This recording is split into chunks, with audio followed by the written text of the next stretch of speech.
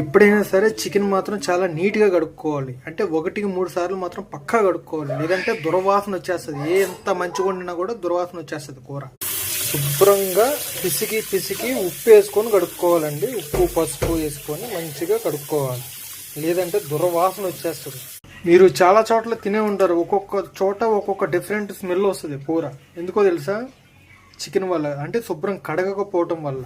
దానివల్ల అనేక రకమైన డిఫరెంట్ టేస్ట్లు వస్తుంటాయి అన్నమాట. చికెన్ ఎప్పుడైతే శుభ్రంగా కడిగారో ఉప్పు కారం వేస్తే అందరి టేస్ట్ ఒకేలా ఉంటుంది, అంత బాగుంటుంది. చికెన్ అయితే కడిగేసాను, వేస్తున్నాను.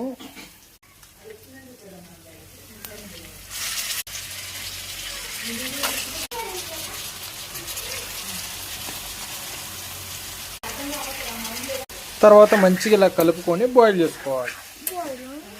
పసుపు నేనైతే 1/2 kg చికెన్కి 1 స్పూన్ పసుపు అయితే వేస్తానండి. ఎందుకంటే పసుపు ఎంత తింటే అంత మంచిది హెల్త్కి. అలా అని చెప్పేసి మొత్తం ఎక్కువ తినొద్దు, లిమిట్గా.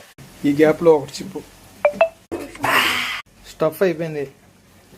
అట్టుకుంటే సాల్ట్ మనకి తగినంత, అలాగే కారం ఎవరెంత తింటారో అంత వేసుకోవచ్చు. మీడియం వేసుకుంటే బెటర్. 1/2 kgకి 3 స్పూన్లు సరిపోతుంది నాకు తెలిసి, మంచి కారం అయితే. లేదంటే 4 వేసినా కూడా సరిపోదు. శుభ్రంగా ఇలా కలుపుకున్నాం అనుకోండి, మామూలుగా ఉండదు అనమాట. మంచిగా మూత పెట్టేసుకొని కాసేపు బాయిల్ చేసుకో. మా హనీ అయితే 3 స్పూన్లు కారం వేసానని నేను తిన్నంటే తినమని గారం పెట్టేసింది. ఏమని? తినాలి, కారం తినాలి. అది ఆ మాత్రం కూడా తినకపోతే ఎట్లా? ఎప్పుడు తిన్నావు?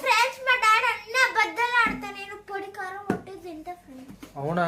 ఇప్పుడు 2 స్పూన్లు వేసా, నువ్వు తినకపోతే చెప్తాను నీ సంగతి. చూపిస్తాను. కానీ చికెన్ పులుసులోకి కానీ చికెన్ కర్రీలోకి కానీ బగారన్నం లేకపోతే మాత్రం ముద్ద దిగదు. నీకే అన్నం ఇష్టం? బగారా చికెన్. ఎందుకు? ఎందుకంటే చికెన్ లో బగారా లేకపోతే నాకు అసలు ముద్ద దిగదు. చూసారు కదా, పిల్లలే ఇష్టపడరు, అలాంటిది మనం వదులుతామా? చూపిస్తా. బగారన్నం ఉడుకుతుంది. ఆల్మోస్ట్ అయిపోయింది, ఇంక కొంచెం అయితే బాయిల్ అయిపోతుంది. చూసారు కదా, దగ్గర పడుతుంది. మనం కూడా లాగిచ్చేద్దాం.